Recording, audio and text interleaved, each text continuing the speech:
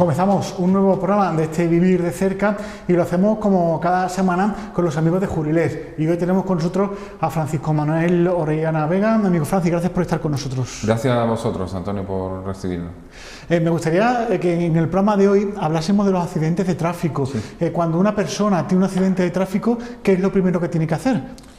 Porque bien, parece obvio, pero no sé si la gente sabe qué es lo primero que tiene que hacer. Bien, cuando una persona tiene un accidente de tráfico y sufre lesiones, evidentemente si se encuentra mal, lo primero que tiene que hacer es acudir al médico. Nosotros siempre recomendamos que acuda al hospital, porque en el hospital le van a hacer radiografía, le van a atender mejor que si acude a un centro de salud donde a lo mejor no tiene esos medios. Y después que acuda a un profesional, como por ejemplo puede ser el despacho de abogados Jurilés, donde le atenderemos y donde le asesoraremos de todos los pasos que se tienen que ir dando. También estamos aconsejando últimamente a los clientes que cuando tengan un accidente de tráfico, si ven que puede haber algún tipo de problema a la hora de solventar el tema a lo mejor de daños materiales o de probar cómo ha ocurrido el accidente, que hagan fotos, que realicen fotografía, porque se lo comentamos a los clientes, llevamos una cámara de fotos siempre en el bolsillo, que es el teléfono móvil, y le hacemos fotos a cualquier cosa. Pero cuando tenemos que fotografiar algo realmente importante, como puede ser un accidente de tráfico en el que hemos participado para de cara a un futuro probar cómo se ha producido ese accidente, no hacemos ninguna fotografía. Y es importante también tener ese tipo de pruebas por si acaso en un futuro nos sirvieran pues para acreditar la realidad del accidente o la culpabilidad, perdón, del que ha tenido la culpa en el accidente de tráfico, claro. Quizás también se ve que haya más de un cliente que se acerca hasta Jurilés, bueno, pensando en ¿cuánto va a cobrar de indemnización? Sí, claro, la gente cuando viene a vernos porque ha sufrido un accidente, tiene lesiones y quiere reclamar una indemnización a la compañía aseguradora, lo primero que nos pregunta es ¿cuánto voy a cobrar? Y se sorprenden cuando le decimos que no podemos saber cuánto va a cobrar, porque lo que quizás habría que explicarle a la gente, y le explicamos nosotros a nuestros clientes, es que para calcular una indemnización por accidente de tráfico entran en juego varios factores que en el primer momento, tras producirse el accidente, no podemos conocer. En el año 2015 se aprobó la Ley 35/2015, que introdujo una reforma del sistema de valoración de lesiones, introdujo un nuevo baremo y establece cuáles son las cuantías indemnizatorias que se deben abonar a las personas lesionadas en accidentes de tráfico, o mejor dicho, más que las cuantías indemnizatorias, la forma de calcularlo.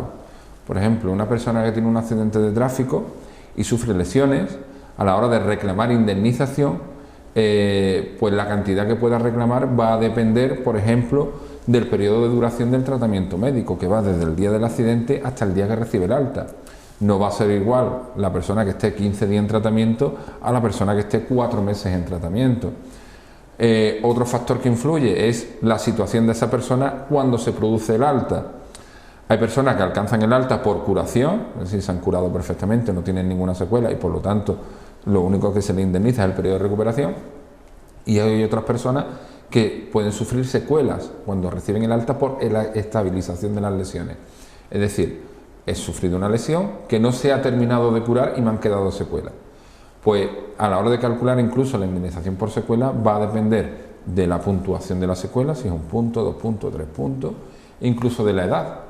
Mientras más mayor sea la persona, menos valor va a tener la secuela que le quede. Entonces, claro, en un primer momento decirle a una persona vas a cobrar X es imposible. Tenemos que esperar a que termine el tratamiento médico para saber realmente qué indemnización le corresponde a esa persona.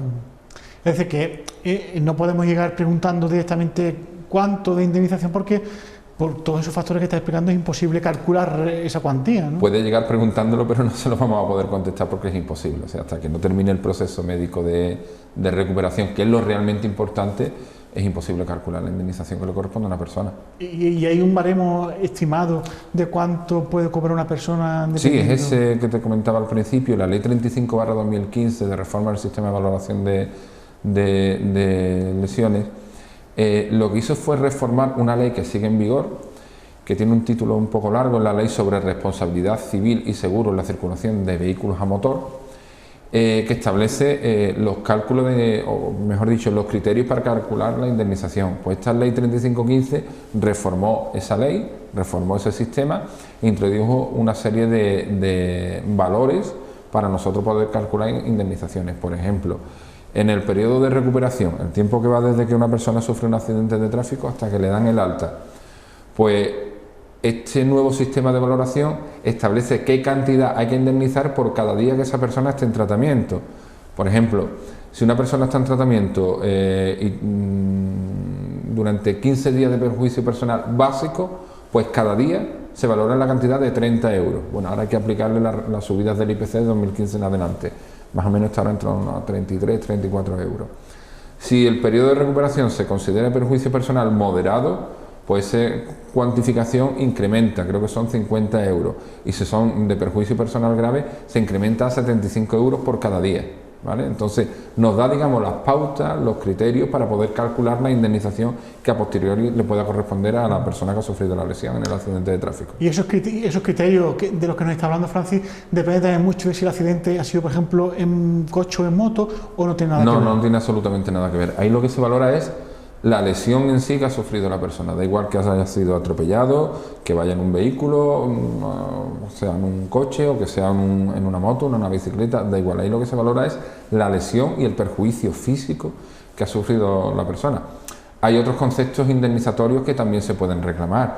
Por ejemplo, si yo voy andando por la calle con mi móvil en la mano y un vehículo que no respeta un paso de peatones me atropella y además de las lesiones me rompe la ropa y mi móvil se rompe, pues tanto la ropa como el teléfono que se me ha roto lo puedo reclamar a la compañía aseguradora del vehículo que me ha atropellado, porque es la responsable de los daños que a mí se me han provocado. Y todo eso independientemente del tipo de seguro que tenga contratado el cliente. Independientemente. En España hay un seguro obligatorio que tienen que tener todos los vehículos, que es la cobertura a terceros, ¿vale? Ese es el seguro básico. A partir de ahí ya tú puedes ir contratando otra serie de coberturas de la póliza, pero el seguro de daños a terceros es obligatorio, de tal manera que si tú sufres un accidente de tráfico, ya sea por atropello, porque le han dado un golpe a tu coche o a tu moto y la culpa es de un tercero, su compañía aseguradora obligatoriamente, sí o sí, tiene que responder, siempre. Imagino que también en caso de que hubiera fallecimiento habría que evaluarlo de otra forma, ¿no? Claro, las indemnizaciones por fallecimiento también se valoran en este baremo, en otro anexo, ¿vale? Y evidentemente también tienen otro tipo de cuantificación, son evidentemente indemnizaciones más altas, y las personas a las que puede llegar a esa indemnización son distintas, porque en un caso de lesiones el indemnizado es el propio lesionado, en caso de fallecimiento obviamente la indemnización va a llegar a sus familiares. La ley 3515 introdujo un nuevo concepto, que es el concepto de allegado, que son personas que no son familiares, pero que son personas importantes para la persona fallecida en el accidente de tráfico. Normalmente son personas convivientes, por ejemplo, no sé, si en mi casa vive mi cuñado y mi cuñado fallece como consecuencia de un accidente de tráfico, yo voy a percibir indemnización aunque no sea un familiar directo. ¿Por qué? Porque convivía conmigo, era allegado para mí, ¿vale? Entonces se introdujo esa nueva figura del allegado, que abre, digamos, el campo de las indemnizaciones por fallecimiento en accidentes de tráfico. ¿Y qué ocurre en el caso, por ejemplo, hipotético de que no se tenga un seguro? En caso de que el vehículo responsable del accidente no tenga un seguro, tenemos el Consorcio de Compensación de Seguros, que es una empresa pública, una empresa estatal, que es la que va a asumir el papel de compañía aseguradora del vehículo sin seguro, va a pagar las indemnizaciones, va a pagar la reparación del vehículo, de los daños materiales que se hayan causado, y ese consorcio de compensación de seguros después va a reclamar las cantidades que haya abonado a la persona que iba circulando sin compañía aseguradora. Es decir, la persona que sufra los daños va a estar cubierto siempre, bien porque el vehículo que provoca esos daños tenga compañía aseguradora, o bien porque se haga cargo en consorcio de compensación. Normalmente las aseguradoras cumplen ese baremo establecido. Normalmente no. Para el pago de la indemnización. No es que no cumplan, es que intentan reducir al máximo las indemnizaciones, como ya hablábamos en el programa anterior. Ellos intentan siempre pagar lo mínimo posible, y si yo estoy 45 días de tratamiento y de esos 45 días consideramos que los primeros 15 son de perjuicio moderado porque he estado un poco peor, he tenido una baja laboral, y los otros 30 son de perjuicio básico, pues claro, no es lo mismo pagar 15 a 50 euros más 30 a 30 euros que pagar todo a 30 euros. Pues la compañía aseguradora va a intentar discutir diciendo que no, que los primeros 15 días no son de perjuicio personal moderado, sino básico, o que el periodo ha sido demasiado largo y va a intentar acortarlo, o si en vez de 2 puntos de secuela pueden pagar 1 o ninguno mejor. Es decir, La compañía siempre va a intentar rebajar la indemnización al máximo posible. Hay excepciones, hay compañías aseguradoras que hacen un informe pericial, tienen sus servicios médicos, le encargan a su médico que haga una valoración y puede ser una valoración correcta.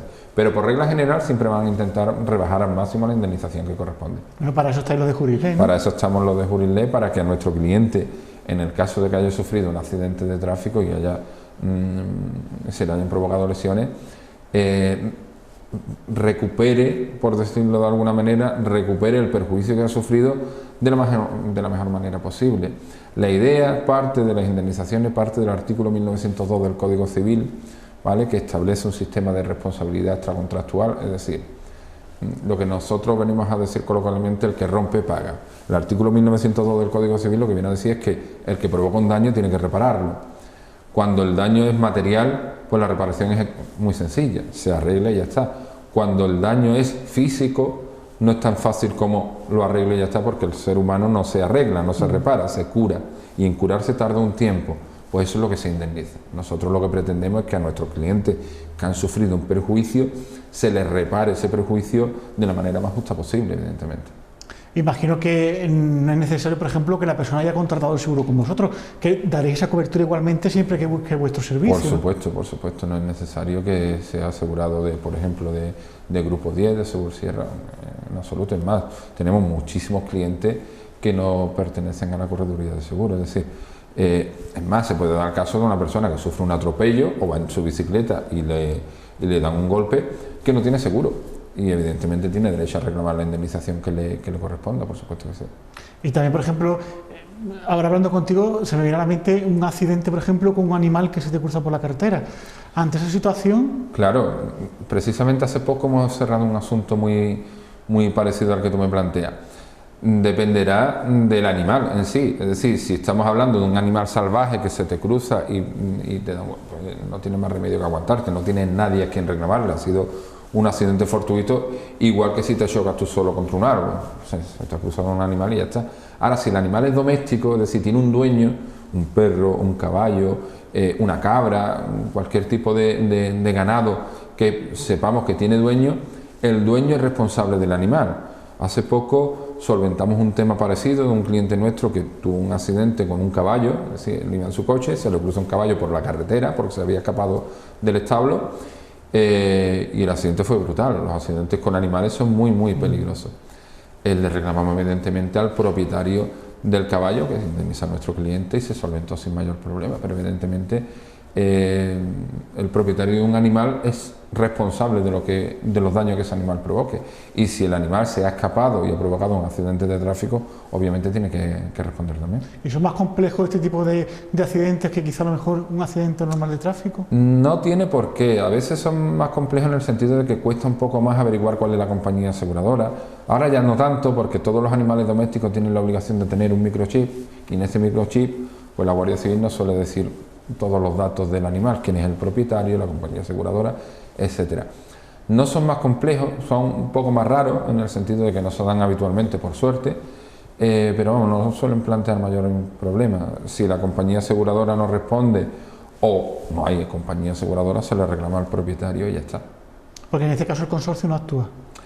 En este caso el consorcio actúa exactamente igual que los accidentes de tráfico, en el sentido de que si no tiene seguro, ¿vale?, aunque normalmente si no tiene seguro lo que hacemos es reclamar directamente al propietario y así evitamos problemas. Bueno, Francis, pues ha quedado bastante claro todo lo que nos has explicado, pero siempre lo importante, como has comenzado diciendo, que siempre una fotografía para poder contar todos los detalles, sí, ¿no?, cómo ha transcurrido. En los accidentes de tráfico la gente se suele poner muy nerviosa, hay que mantener la calma, intentar solucionar el accidente de manera amistosa, rellenando el parte, si no, pues llamar a las autoridades competentes, a la Guardia Civil, a la Policía Local, a la Policía Nacional, y pensar en un futuro. Y si la parte contraria yo veo que intenta escaquearse o me echa a mí la culpa y la culpa es del contrario, fotografía del lugar del accidente, de los vehículos, de cómo se ha producido el accidente y ya está, por si acaso en un futuro hiciera falta. ¿Y luego qué habría que hacer? ¿Llamar a la aseguradora o directamente vosotros os encargaréis de ponernos en contacto con la aseguradora? El cliente tiene la obligación de dar parte a la compañía aseguradora suya, ¿vale?, cuando un accidente de dos vehículos, pero evidentemente si viene a vernos, pues nosotros nos encargamos de aperturar ese siniestro en su compañía aseguradora, por supuesto. Interesante el tema, Francis, muchas gracias. Gracias a vosotros. Bueno, pues nosotros continuamos con nuestro programa, con este Vivir de Cerca.